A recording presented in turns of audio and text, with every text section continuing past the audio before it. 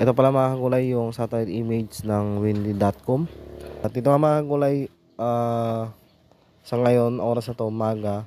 Ito yung location ko mga kagulay, ayan. Kung may makikita kayong tuldok dyan. At ito mga kagulay, yung mismong track ng bagyo. So, ang lapit lang namin sa lugar na yan.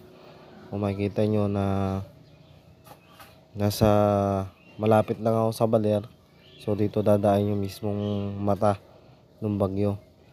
So, bali mga kagulay, ito yung area, kaya napakalapit namin dyan. Kaya ngayon palang mga kagulay ay todo pagtatali na kami sa mga bubong namin bahay at paggagayak ng mga gamit.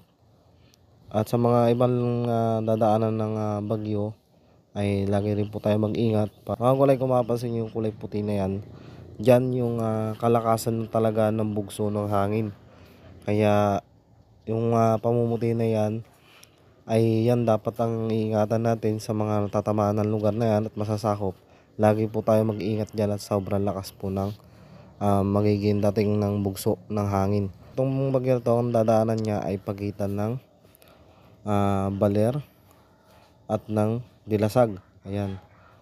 So, dyan po maglalandfall yung bagyong Juan. So, ang area namin ito, andito lang. Malapit na kami sa Gabaldon.